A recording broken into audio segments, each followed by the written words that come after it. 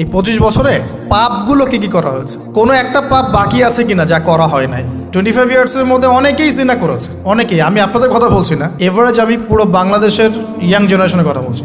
25 বছরের ইয়াং এই প্রজন্মটা, এই লেটেস্ট যে প্রজন্মটা, এদের অনেকেই জেনা করেছে, বিবাহ বহির্ভূত সম্পর্ক। এবং আমরা এখন জেনাকে অনেক সময় উস্কেও দেই, আমরা অনেক সময় এটাকে প্রমোটও করি, আমরা এটাকে ফ্যাশনও মনে করি। কারণ আমাদের ঢাকায় মানুষ বলে যে তোর গার্লফ্রেন্ড নাই, এটাই হচ্ছে ওদের কাছে অবাক করা বিষয়।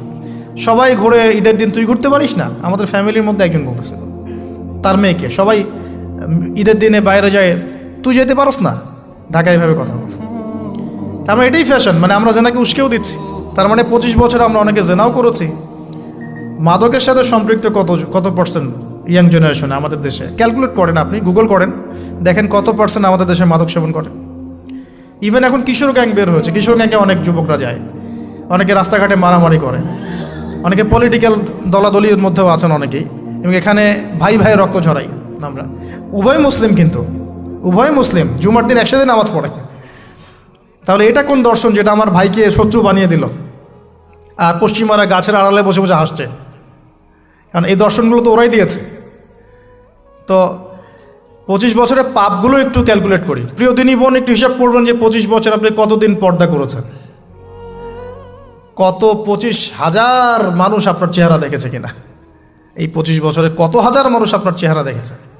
আর ছেলেরা আপনাকে দেখলে কখনো চেহারা সুরত দেখে না। বেগানা নারীর দিকে একটা ছেলে যখন তাকায় এবং সেক্সুয়াল ডিজায়ার নিয়ে তাকায়, তখন সে চোখ দিয়ে তাকে রেপ করে।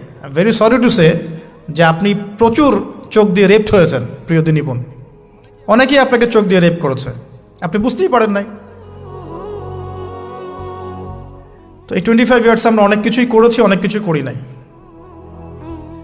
এখন একটু আজকে সাদা একটা কাগজ নিয়ে আমরা একটা হিসাব করব যে আমরা 25 বছরে কী করেছি, কী করি নাই, কী পাপ করেছি, কী করি নাই, কী পুণ্য করেছি, কী করি নাই।